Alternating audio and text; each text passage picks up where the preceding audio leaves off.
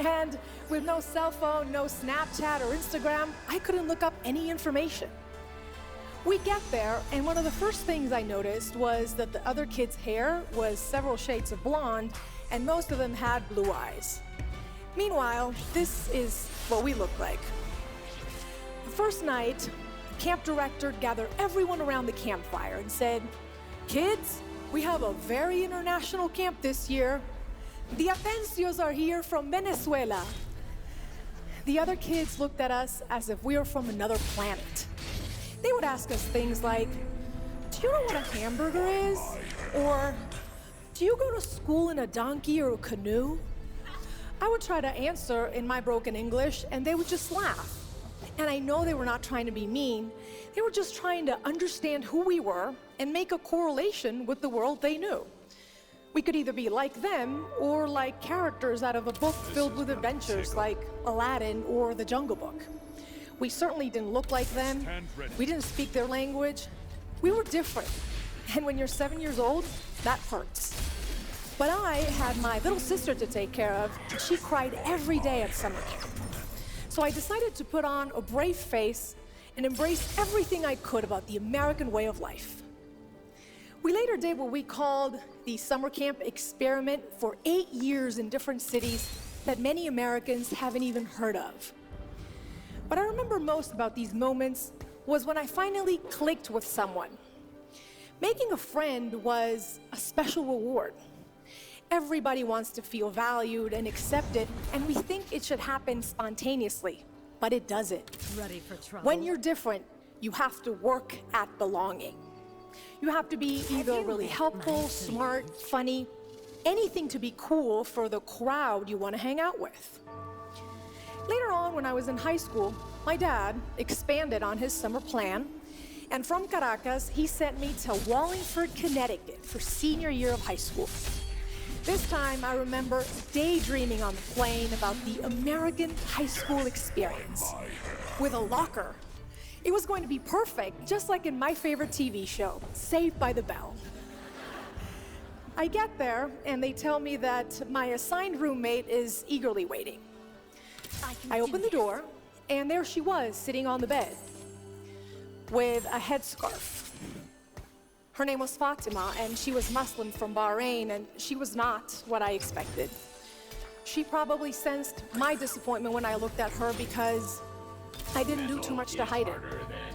See, as a teenager, I wanted to fit in even more. I wanted to be popular and maybe have a boyfriend for prom. And I felt that Fatima just got in the way with her shyness and her strict dress code. I didn't realize that I was making her feel like the kids at summer camp made me feel. This was the high school equivalent of asking her, "Do you know what a hamburger is?" I was consumed by my own selfishness and unable to put myself in her shoes. I have to be honest with you. We only lasted a couple of months together because she was later sent to live with a counselor instead of other students. And I remember thinking, she'll be okay. She's just different. You see, when we label someone as different, it dehumanizes them in a way. They become the other.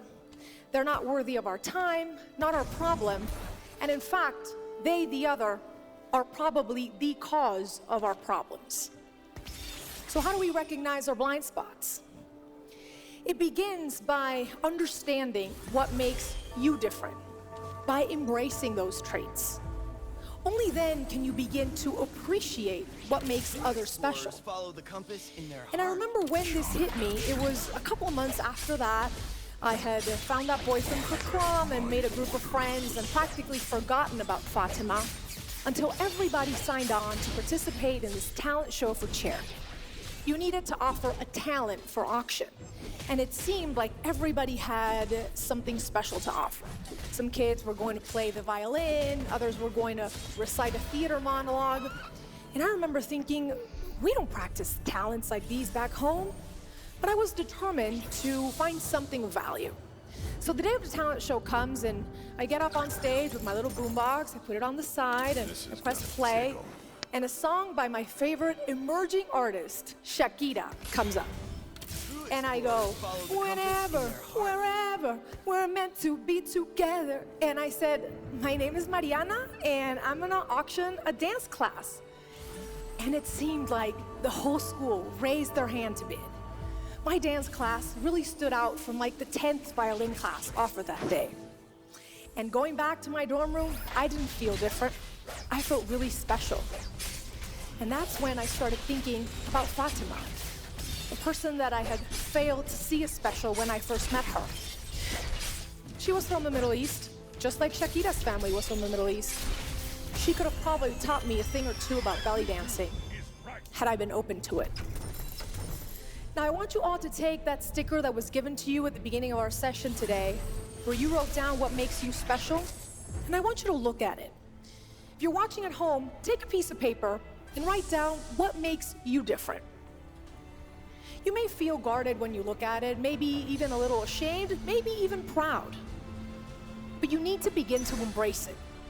Remember, it is the first step in appreciating what makes others special. When I went back home to Venezuela, I began to understand how these experiences were changing me. Being able to speak different languages, to navigate all these different people and places, it gave me a unique sensibility. I was finally beginning to understand the importance of putting myself in other people's shoes. And that is a big part of the reason why I decided to become a journalist, especially being from a part of the world that is often labeled the backyard, the illegal aliens, third world, the others. I wanted to do something to change that. That was right around the time, however, when the Venezuelan government shut down the biggest television station in our country. Censorship was growing. And my dad came up to me once again and said, how are you going to be a journalist here? You have to leave. And that's when it hit me. That's what he had been preparing me for. That is what the future held for me. So in 2008, I packed my bags and I came to the United States without a return ticket this time.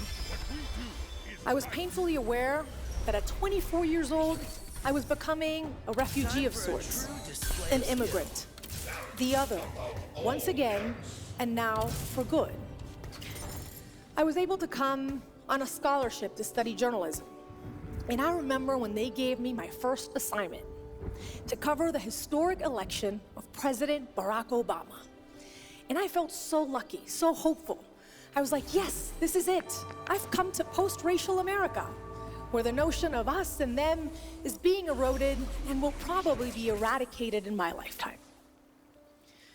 Boy, was I wrong, right? Why didn't Barack Obama's presidency alleviate racial tensions in our country? Why do some people still feel threatened by immigrants, LGBTQ, and minority groups who are just trying to find a space in this United States that should be for all of us? I didn't have the answers back then. But on November 8th, 2016, when Donald Trump became our president, it became clear that a large part of the electorate sees them as the others. Some see people coming to take their jobs or potential terrorists who speak a different language. Meanwhile, minority groups oftentimes just see hatred, intolerance, and narrow-mindedness on the other side. It's like we're stuck in these bubbles that nobody wants to burst. And the only way to do it, the only way to get out of it, is to realize that being different also means thinking differently. It takes courage to show respect. In the words of Voltaire, I may not agree with what you have to say, but I will fight to the death to defend your right to say it. Failing to see anything good on the other side makes a dialogue impossible. Without a dialogue, we will keep repeating the same mistakes because we will not learn anything new. I covered the 2016 election for NBC News. It was my first big assignment in this mainstream network where I had crossed over from Spanish television. And I wanted to do something different. I watched election results with undocumented families. Few thought of sharing that moment with people who weren't citizens, but actually stood the most to lose that night. When it became apparent that Donald Trump was winning, this 8-year-old girl named Angelina rushed up to me in tears. She sobbed as she asked me if her mom was going to be deported now. I hugged her back and I said it's going to be okay. But I really didn't know. This was the photo that we took that night, forever ingrained in my heart. Here was this little girl who was around the same age I was when I went to camp in Brainerd. She already knows she is the other. She walks home from school in fear every day. Her mom can be taken away. So how do we put ourselves in Angelina's shoes? How do we make her understand she is special and not simply unworthy of having her family together?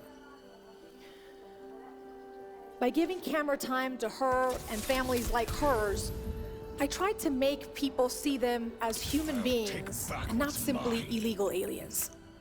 Yes, they broke a law, and they should pay a penalty for it, but they've also given everything for this country, like many other immigrants before them have. I've already told you how my path to personal growth started. To end, I want to tell you how I hit the worst bump in the road yet. One that shook me to my very core.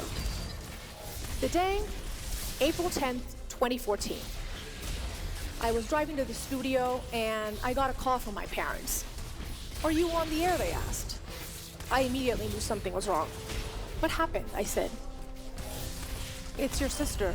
She's been in a car accident." It was as if my heart stopped. My hands gripped to the steering wheel, and I remember hearing the words, "It is unlikely she will ever walk again." They say your life can change in a split second.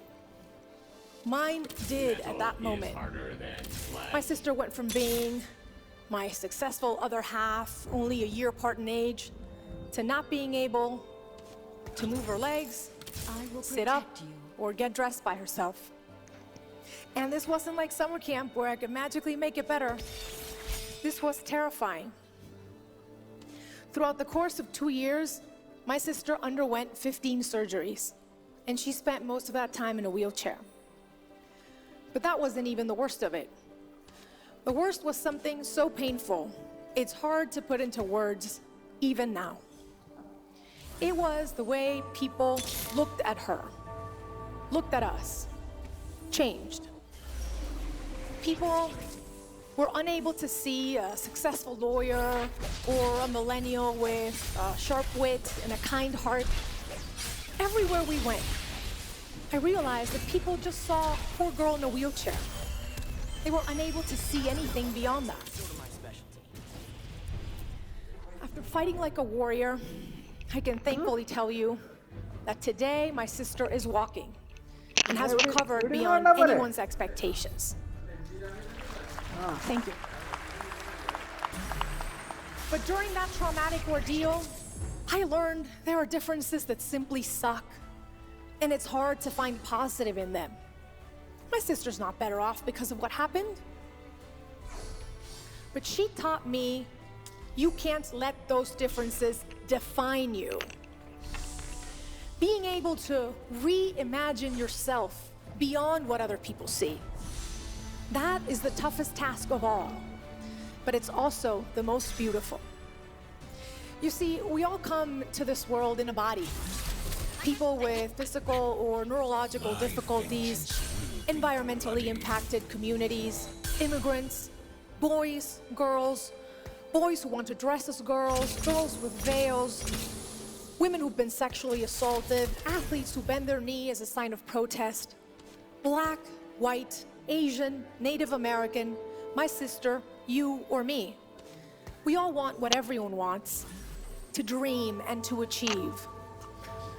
But sometimes society tells us, and we tell ourselves, we don't fit the mold. Well, if you look at my story, from being born somewhere different, to belly dancing in high school, to telling stories you wouldn't normally see on TV, what makes me different is what has made me stand out and be successful. I have traveled the world and talked to people from all walks of life. And you know what I've learned? The single thing every one of us has in common is being human. So take a stand to defend your race, the human race. Let's appeal to it. Let's be humanists before and after everything else. To end, I want you to take that sticker, that piece of paper where you wrote down what makes you different, and I want you to celebrate it today and every day. Shout it from the rooftops. I also encourage you to be curious and ask, what is on other people's pieces of paper? What makes them different? Let's celebrate those imperfections that make us special. I hope that it teaches you that nobody has a claim on the word normal. We are all different. We are all quirky and unique, and that is what makes us wonderfully human. Thank you so much.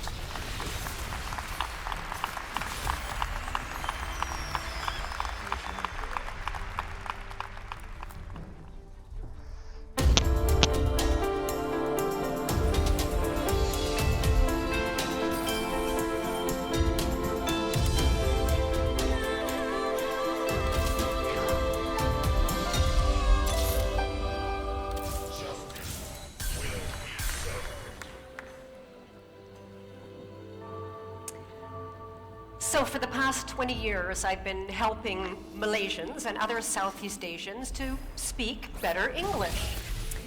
And through training thousands of Southeast Asians, I've discovered a very surprising truth.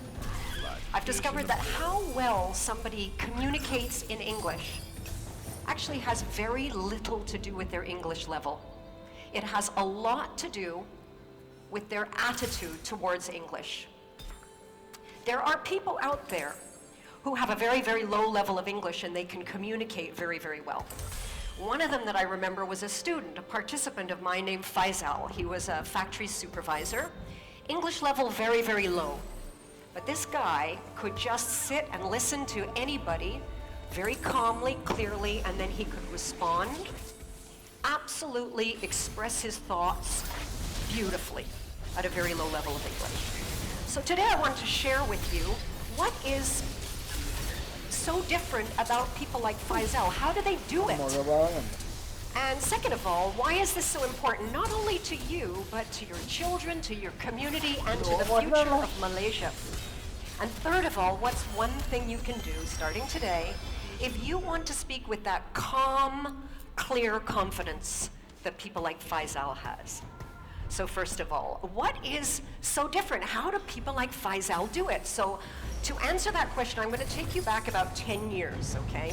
So I was training staff at that time, and my daughter at that time was taking piano lessons. And I started to notice two really strong similarities between my daughter's attitude or thinking towards playing the piano and a lot of Malaysians' thinking or attitude towards English. Now, first of all, I should tell you, my daughter absolutely hated piano, hated the lessons, hated practicing. This is my daughter practicing piano, okay? This is as good as it got. This is the real thing. And she dreaded going to piano lessons because to my daughter, going to piano lessons, she was filled with this sort of dread because it was all about not screwing up, right? Because like for a lot of piano students, to both my daughter and her teacher, her success in piano was measured by how few mistakes she made.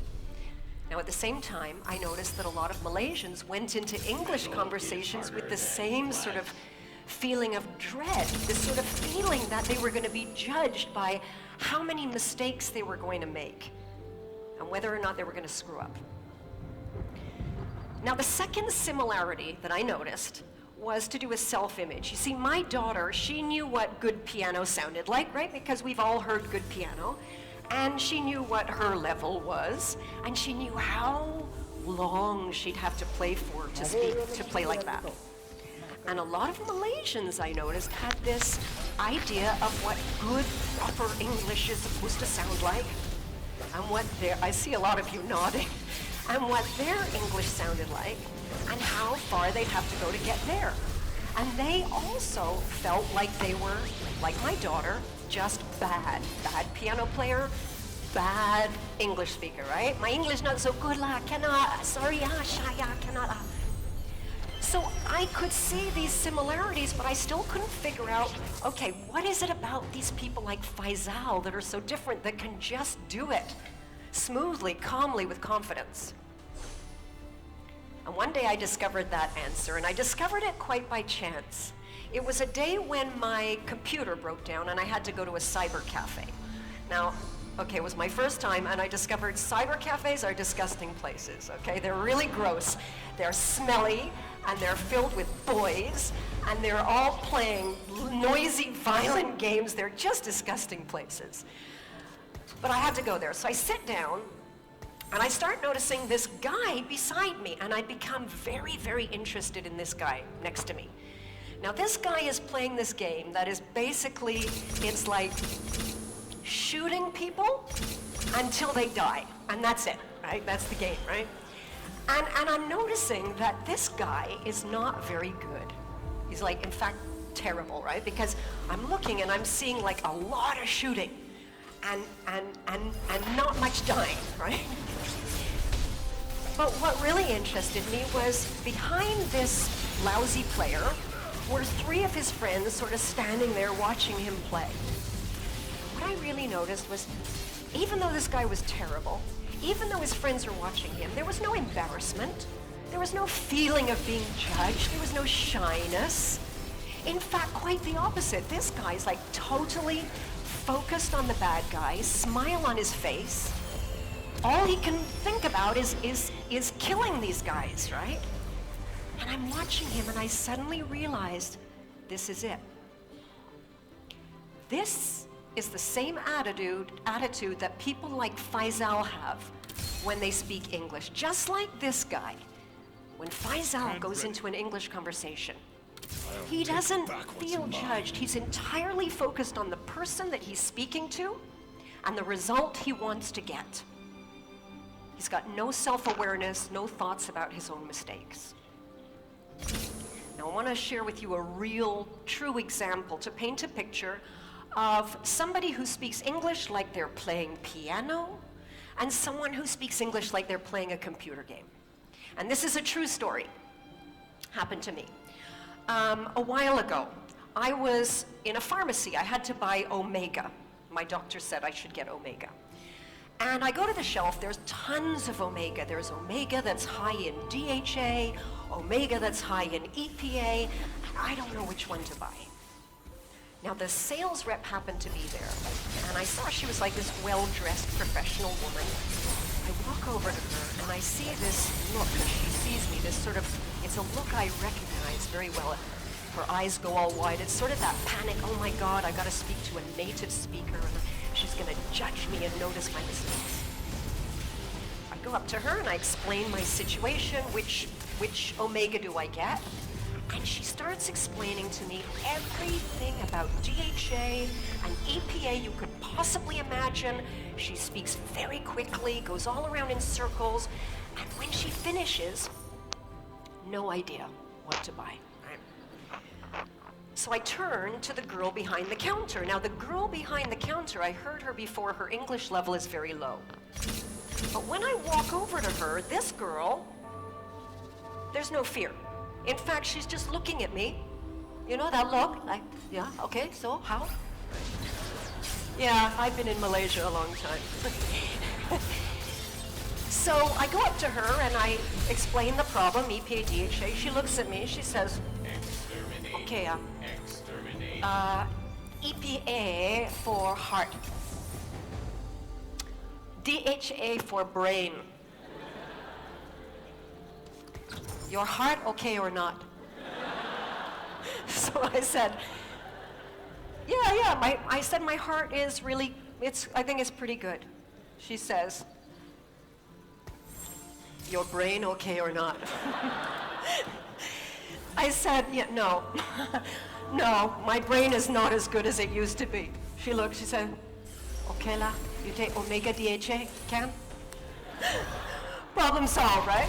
So we've got two different kinds of communicators. We've got the one who's got a high level, but totally focused on herself and getting it right, and therefore very ineffective. We've got another one, low level, totally focused on the person she's talking to and getting a result. Effective. And therein lies the difference.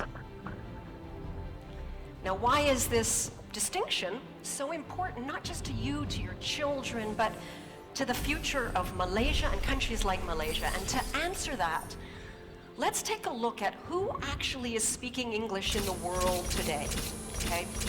So if we looked at all of the English conversations in the whole world taking place right now on planet Earth, we would see that for every native speaker, like me, there are 5 non-native speakers. And if we listen to every conversation in English on planet Earth right now, we would notice that 96% of those conversations involved non-native English speakers. Only 4% of those conversations are native speaker to native speaker. This is not my language anymore. This language belongs to you. It's not an art to be mastered. It's just a tool to use to get a result. And I want to give you a real-life example of what English is today in the world, real English today. This is another true story.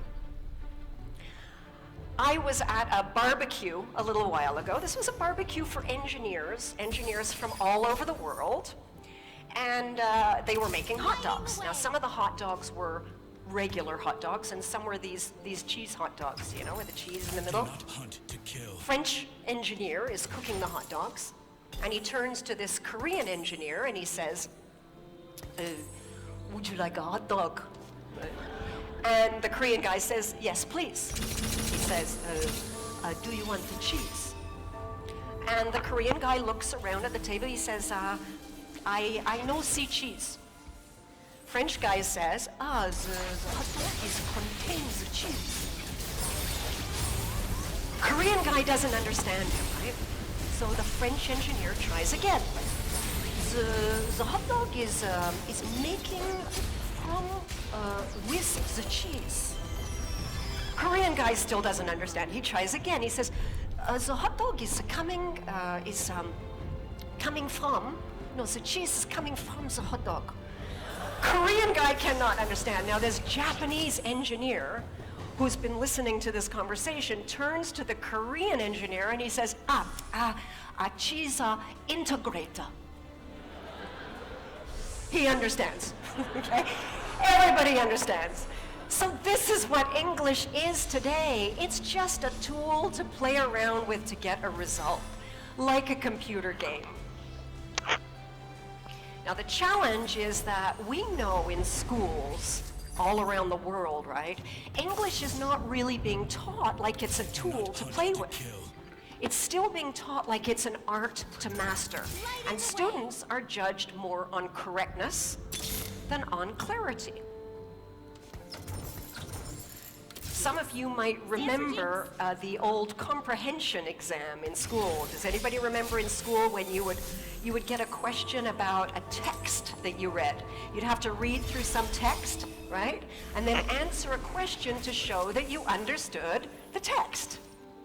And this may have happened to you, that you showed that you understood the text, but you got a big X because you made a little grammar mistake.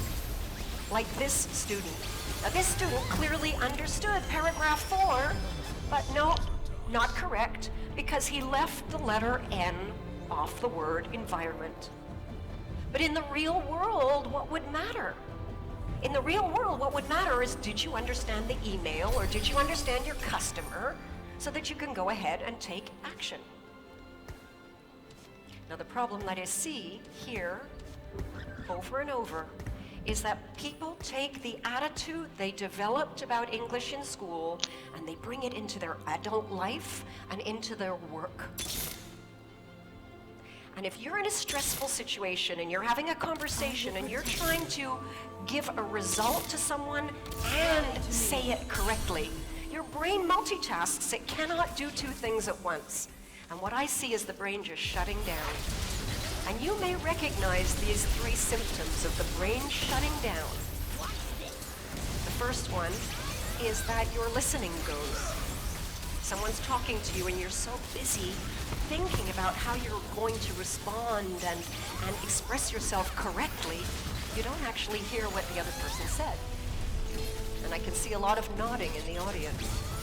The second thing to go is your speaking. Your mind sort of shuts down and that vocabulary you do know just disappears and the words don't come out. Hunt to kill. The third thing to go is your confidence. And the worst thing about this is you may only be confident because you cannot express yourself clearly, but to the person talking to you, they may misunderstand this as a lack of confidence in your ability to do the job, to perform. So if you want to speak English like Faisal with that great confidence, here's the one thing that you can do. When you speak, don't focus on yourself. Focus on the other person and the result you want to achieve. Imagine a next generation of Malaysians, all with that wonderful confidence in communication that Faisal has at any level of English. Because let's remember that English today, it's not an art to be mastered. It's just a tool to use to get a result. And that tool belongs to you. Thank you.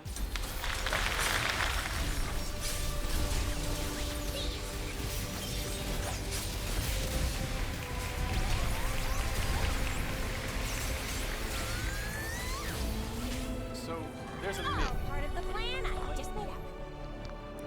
And that myth is that Do children not hunt to kill. are exceptionally good at learning languages. And that we lose that when we grow up. And we have good reason for believing in this myth. Many of us have had this experience. We picked a language in high school or college, studied hard, Whatever. 5 years, and then we take a trip to France. And we meet a 5-year-old French child, and she speaks way better French than we do. Let's slice them. And it's not fair. I mean, we have struggled so hard, and she has never worked a day in her life, and yet here she is correcting our grammar. And that's right. It's not fair because you're comparing yourself to a child who has 1,000 hours of French. 100, maybe 200, maybe 50. It depends on how much of your classes are actually spent in French. English talking about French. When you make the fair comparison, you take the 5-year-old child, transplant them to Spain, give them 500 hours of exposure there. Adult gets a job in Spain, 500 hours Stands of for exposure. Jinx. What you'll find is that the adult beats the child every time. We are better at learning languages than children. I will protect Smarter you. than them. We've learned how to learn. It's one of the perks of growing up. That's not to say there are no advantages to being a kid. There are 3. Claws out. Between the ages of 6 months and 12 months, in that tiny window, children Do hear not sounds hunt to in new kill. languages. I do what must be done. Significant advantage there. Advantage 2. Walk in conversation, whether they know the words or not, where we will hold ourselves back.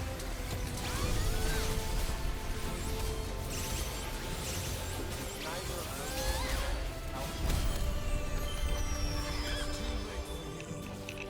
Third advantage of being a child is advantage.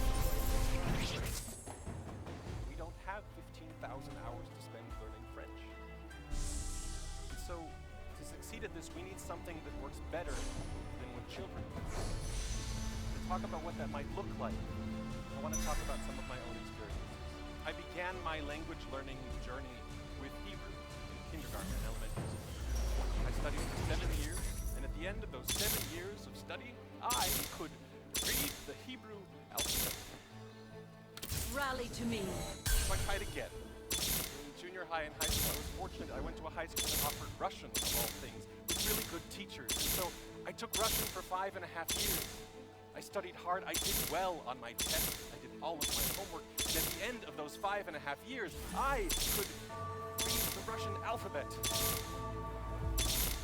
I retained maybe 40 words, and I came to the conclusion that this whole language thing was not for me. And I made a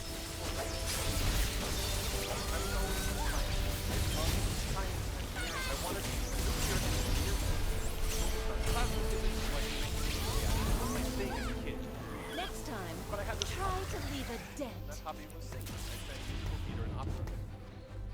And as I was applying to engineering schools for college, I applied to one that had a music conservatory, and I thought, wouldn't it be weird to study opera and mechanical engineering? Wouldn't that be out there? So I did. And one of the side effects of that is that I needed to take language courses. For that opera degree, I needed German, French, and Italian. And a friend of mine came to me and said, hey, you know, you can get 2 semesters of credit in one summer at this school in Vermont. I do not hunt to Signed kill. right up to the program. And the way this program works is that you sign a contract on the very first day. It says that if I one word that is not in German, if I write anything, I read anything, if I listen to a voice that is not in German, I will get kicked out of the school. I thought, so I went and I signed that contract, and I realized that I didn't actually speak I do any not German. hunt to kill. And so I stopped talking.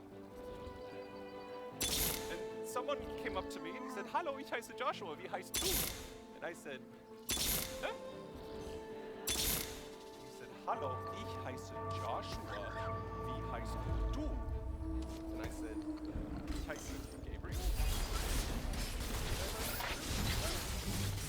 7 weeks later, I could hold a solid conversation. And I this feeling of Exterminate. So I went back the following summer to reach fluency in German. In 2007, I moved to Vienna, Austria to pursue a degree in opera and in song. I do what must be 2008, I done. went to study Italian. And in 2010, I cheated on a French test. And that's where all of this comes from. You see, I wanted to go back to that school with the contracts in Vermont because in a sort of stressful, masochistic way, it was actually kind of fun. And they had a level 1 for people who weren't familiar with French, which was appropriate for my level, but they also had a level 1.5. It was a little bit faster. And I thought, this is my third language, Italian, close to French. And like online. I cheated as much as I possibly could. Not knowing French, they cheated as much as I could, might get me a level 1.5. And so I bounced on French grammar to like cheat on the multiple choice section. I wrote an essay in Google Translate and submitted this thing. I sent it off. I didn't think about any more of